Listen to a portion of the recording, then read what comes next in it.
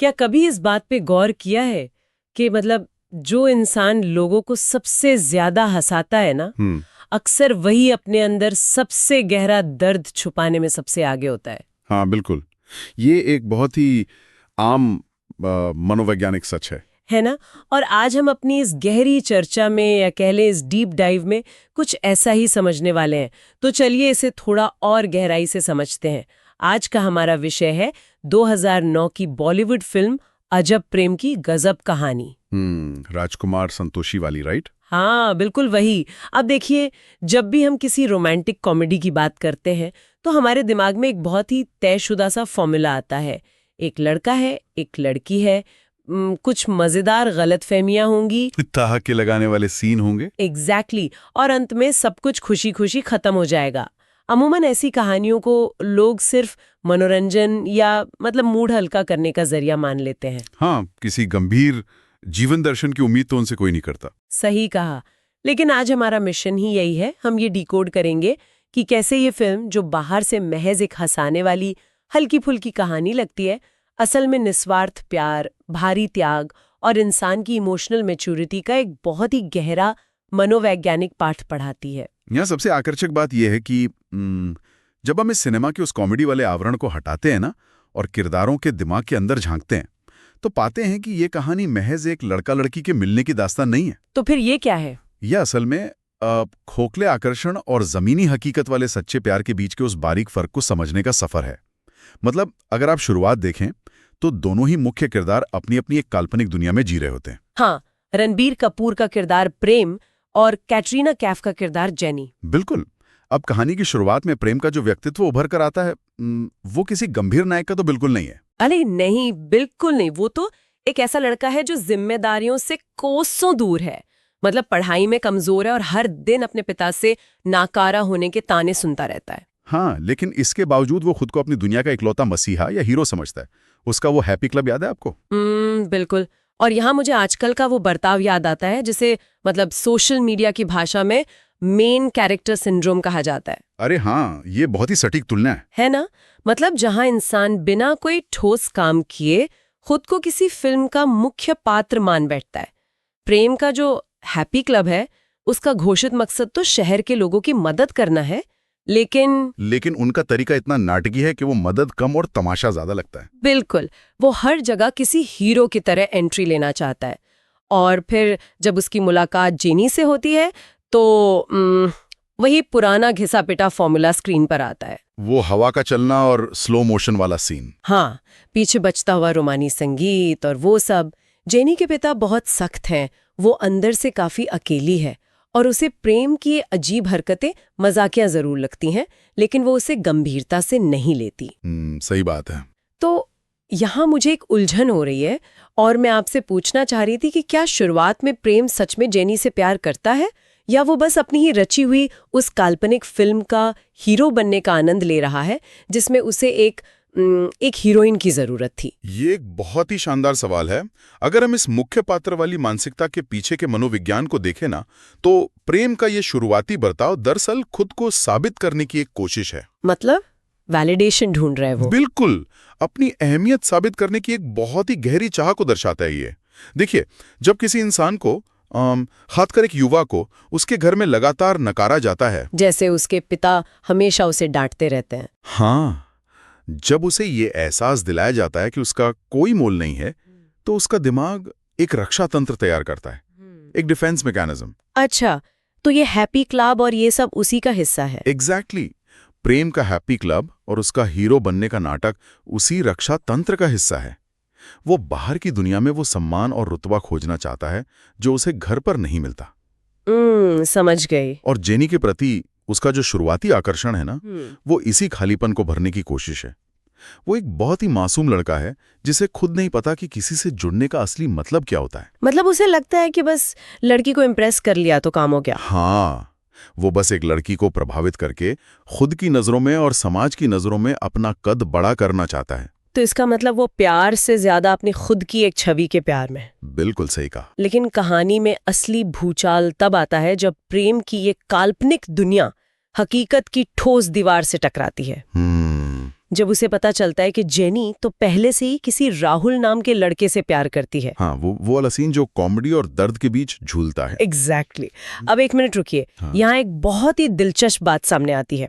अगर असल जिंदगी में कोई ऐसी स्थिति में हो जहां उसका प्यार ठुकरा दिया जाए या उसे पता चले कि सामने वाला किसी और को चाहता है, तो पहला स्वाभाविक रिएक्शन क्या होता है? जाहिर है गुस्सा आता है, इंसान का ईगो हर्ट होता है। बिल्कुल, अहंकार आहत होता है।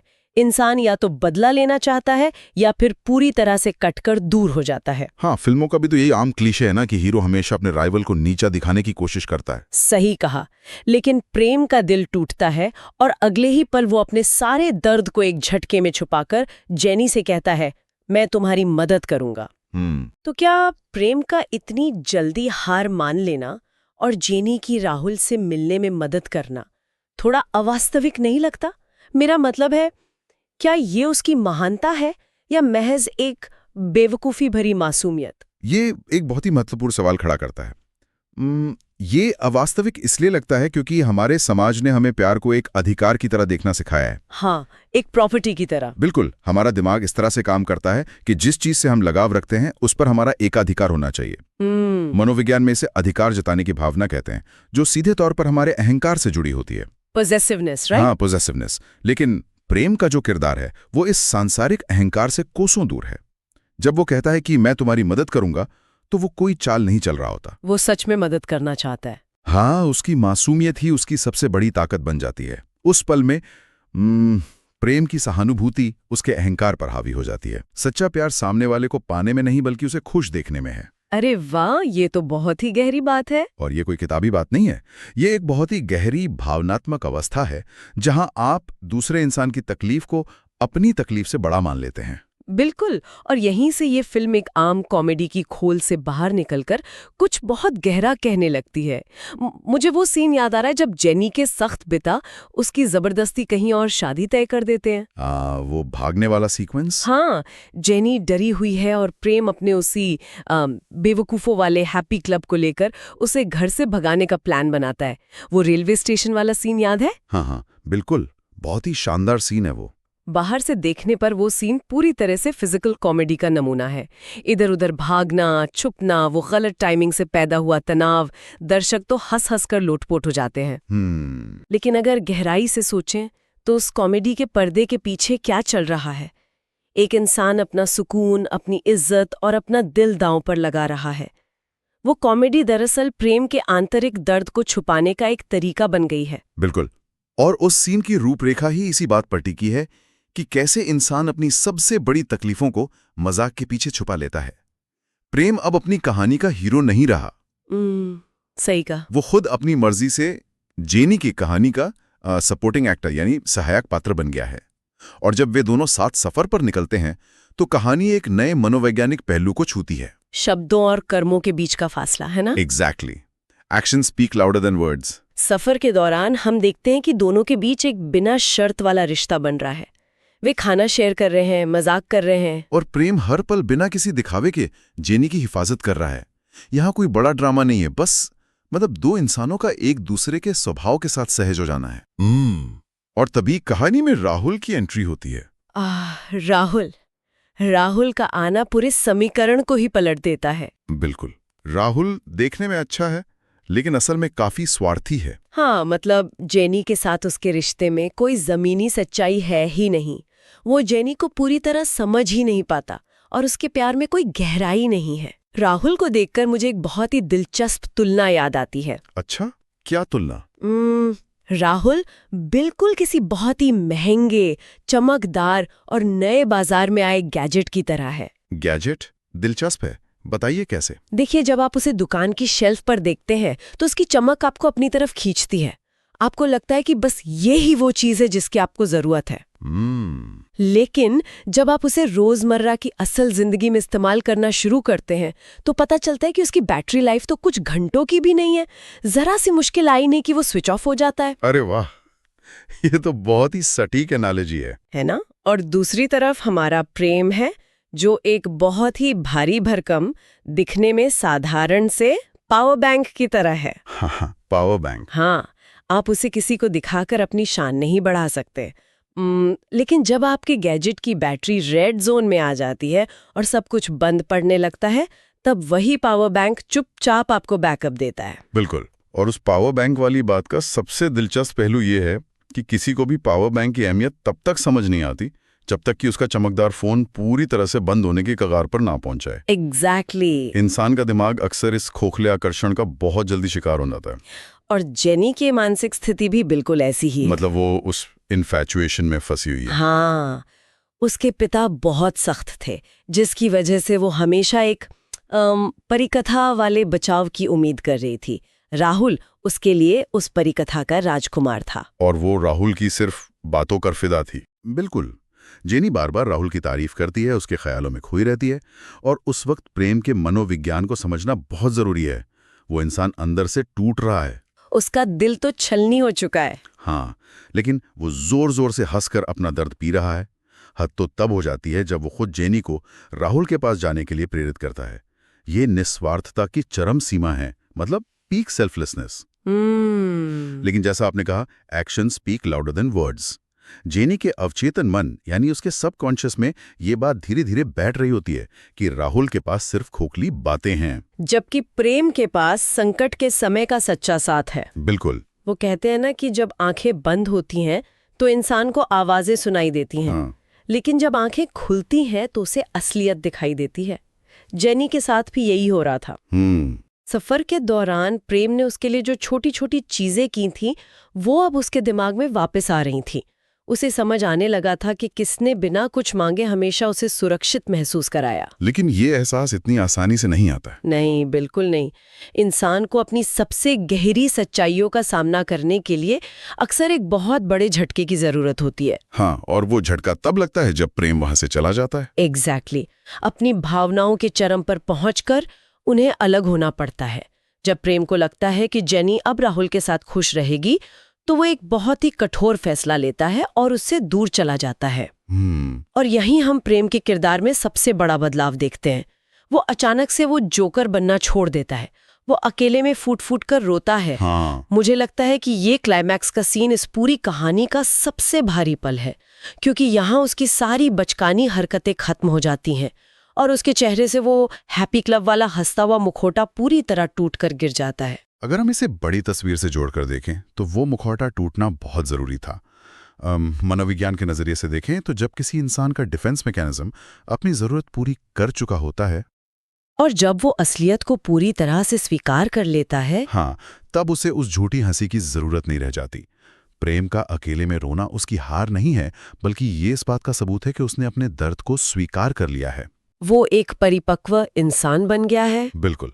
वो रातों रात एक अपरिपक्व लड़के से एक निस्वार्थ प्रेमी में बदल जाता है। और दूसरी तरफ प्रेम का इस तरह गायब हो जाना जेनी के लिए वो आखिरी धक्का साबित होता है, जिसने उसकी नींद तोड़ दी। हाँ, दूरी इंसान को एहसास दिलाती है कि उसने क्या खो दिया है। जब प्रेम उसके आसपास था तो जेनी उसे टेकन फॉर ग्रांटेड ले रही थी। बिल्कुल। लेकिन उसके जाते ही जेनी के दिमाग में पल रहा वो राहुल का काल्पनिक और आदर्श ढांचा भरभरा कर गिर जाता है। उसे ये पूरी तरह यकीन हो जाता है कि उसका असली प्यार प्रेम है, राहुल नहीं। बेवकूफ की तरह उसके आगे पीछे घूमता रहता था, वही उसकी जिंदगी का असली सुरक्षा कवच था। फिर वो भागकर प्रेम को ढूंढने जाती है। और उसके बाद जो इमोशनल कन्फेशन का दृश्य है वो बहुत ही मार्मिक है। जेनी प्रेम को अपने दिल की बात बताती है। लेकिन देखिए कि हालात ने इंसान को कैसे बदल दिया है। प्रेम को पहले तो गलतफहमी होती है। उसे लगता है कि जेनी शायद महज उसे अलविदा कहने आई है। हाँ, क्योंकि उसे अब कुछ पाने की उम्मीद ही नहीं रही। एग्जैक्टली। लेकिन जब सच समझ आता है, जब उसे एहसास होता है कि जेनी भी उससे प्यार करती है, तो उसके चेहरे पर वो पुरानी बच्चों जैसी खुशी फिर से लौट आती है। लेकिन इस बार वो अंदर से परिपक्व है। बिल्कुल। और अंततः परिवार मान जाता है और फिल्म एक हैप्पी एंडिंग पर खत्म होती है। और हाँ, यहाँ उस संगीत को नजरअंदाज नहीं किया जा सकता जिसने इस पूरी यात्रा को इतना प्रभावशाली बनाया। प्रीतम का संगीत। हाँ, चाहे वो तू जाने ना का ठहराव हो या तेरा होने लगा हूं और मैं तेरा धड़कन तेरी की चंचलता, ये सिर्फ बैकग्राउंड में बजने वाले गाने नहीं थे। बिल्कुल नहीं। ये उन खामोश भावनाओं की आवाज थे जो प्रेम और जेनी एक दूसरे से नहीं कह पा रहे थे। तो इस सब का असल मतलब क्या है? मैं आपसे पूछना चाहूंगी, जब प्रेम ने जोकर बनना छोड़ दिया और वो सीरियस हो गया, क्या वही वो पल था जब जेनी को उसकी असली अहमियत समझ आई? मैं कहूंगा कि दर्द ने उन दोनों की आंखों पर बंधी हुई भ्रम की पट्टी को खोल दिया। दोनों किरदारों का एक पूरा आर्क है यहाँ। आर्क मतलब उनका विकास। हाँ, प्रेम की यात्रा को देखिए। वो एक ऐसा लड़का था जिसे लगता था कि प्यार का मतलब सिर्फ लड़की को हंसाना और उसके आसपास मंडराना है। लेकिन त्याग ने उसे ये सिखाया कि प्यार का असली मतलब सामने वाले की खुशी के लिए खुद को मिटा देना है। और दूसरी तरफ जेनी एक ऐसी कंफ्यूज लड़की थी जिसे प्यार के ख्याल से प्यार था। वो राहुल की छवि से प्यार करती थी। प्रेम के दूर जाने से उसका वो भ्रम टूट गया। जेनी एक भावनात्मक रूप से जागरूक महिला बन गई। बिल्कुल, प्रेम का गंभीर हो जाना जेनी के लिए इस बात का सबूत था कि प्रेम जो भी कर रहा था वो महज कोई मजाक नहीं था। सही कहा। ये वाकई बहुत ही झकझोर देने वाली बात है। तो अगर हम इस पूरी चर्चा के सारे टेकअवेज को एक साथ रखें तो सबसे बड़ी सीख यही है कि असली प्यार शब्दों में नहीं बल्कि बिना स्वार्थ के किए गए कर्मों में झलकता है। एक्शंस में। हाँ, सच्चा प्यार वो है जिसमें हम सामने वाले की खुशी को अपनी खुशी से ऊपर रखते हैं, और सबसे बड़ी बात, कभी-कभी जिसे हम चाहते हैं उसे उसी की खुशी के लिए छोड़ना पड़ता है। और ये बात महज सिनेमा तक सीमित नहीं है, ये आज के वास्तविक जीवन का भी सच है। बिल्कुल। आज के समय में ये कहानी सुनने वालों को भी सोचने पर मजबूर करती है कि कहीं वे भी अपनी असल जिंदगी में किसी राहुल जैसे दिखावटी इंसान के पीछे तो नहीं भाग रहे, जो बाहर से बहुत आकर्षक है लेकिन जिसके मन में कोई गहराई नहीं है। हाँ, और उस चक्कर में कहीं उन प्रेम जैसे लोगों को तो अनदेखा नहीं कर रहे जो खामोशी से हमेशा उनके साथ खड़े रहते हैं। सही कहा, वो लोग जो चुपचाप हमारा असली पावर बैंक बनते हैं, लेकिन क्योंकि वो ज्यादा शोर नहीं मचाते तो अक्सर उन्हें बहुत ही हल्के में ले लिया जाता है। यही इस पूरे मनोविज्ञान का मूल सार है। जो चीज खोखली होती है वो बहुत शोर मचाती है, लेकिन जिसमें गहराई होती है वो खामोश होती है। बिल्कुल। तो इस चर्चा को खत्म करते हुए मैं श्रोताओं के लिए एक विचार छोड़ना चाहूंगी। जरा सोचिए, अगर फिल्म के पहले ही दिन प्रेम ने जेनी को अपने प्यार का इजहार कर दिया होता और अपना दिल टूटने पर हंगामा किया होता और उसकी भागने में मदद न की होती, तो क्या होता? क्या जेनी कभी राहुल की असलियत देख पाती? शायद कभी नहीं। क्या वे कभी एक हो पाते? शायद सच्चे प्यार को पाने के लिए कभी-कभी उसे पूरी तरह से आजाद कर देना ही सबसे जरूरी शर्त होती है। अगली बार जब आप कोई भी फिल्म देखें तो महज कॉमेडी पर न रुकें, उसके अंदर छुपे इन गहरे पाठों को भी जरूर ढूंढें।